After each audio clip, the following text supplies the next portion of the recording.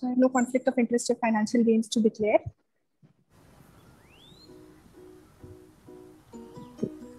As a resident, my most tense moments of cataract surgery is during capsulorhexis. All I want is to make the perfect and adequate capsulorhexis. Thus, I focused on innovating a real-time guide for adequate capsulorhexis so that we can measure it while making it. Achieving a circular, central, and adequate capsulorhexis of 5.5 to 6 mm is no easy task, especially for a beginner like me.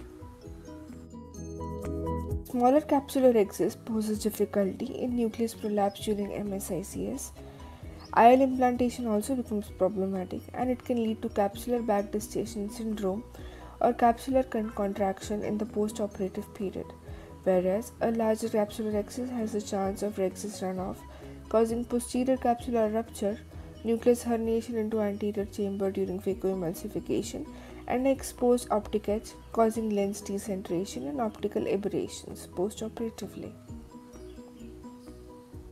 We already have a wide buffet of innovative techniques and instruments to choose from and make the perfect capsulorhexis, like the ocular surface corneal impression marker, the intraocular ring calipers, a variant guided capsulorhexis system, the Zeptorhexis, and the femtolaser assisted rhexis.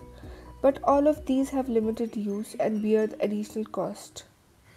We were looking for one simple solution that has no additional cost and can be widely employed in all cataract surgeries. It was derived from our basic cataract trolley of instruments and helps in skill development of a novice surgeon. We called it the dentate cystotome. Its preparation requires the use of three basic surgical instruments, that is a curved anatomy scissor, 26 gauge needle cystotome, and a Castroviejo calipers. Set the caliper at required rhexis radius, that is 2.5 mm in case of phacoemulsification, and use it to mark this distance from cystotome tip with a marker. Press on the marked distance firmly with the tenotomy scissors.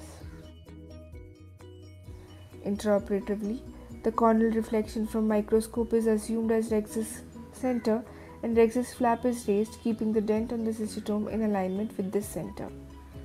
Circular and adequate rhexis can thus be made by repeatedly using the dentate cystotome as a guide.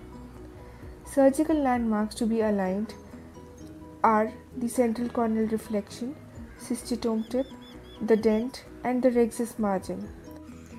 This way, a uniform, adequate, continuous curvilinear capsulorhexis can be performed.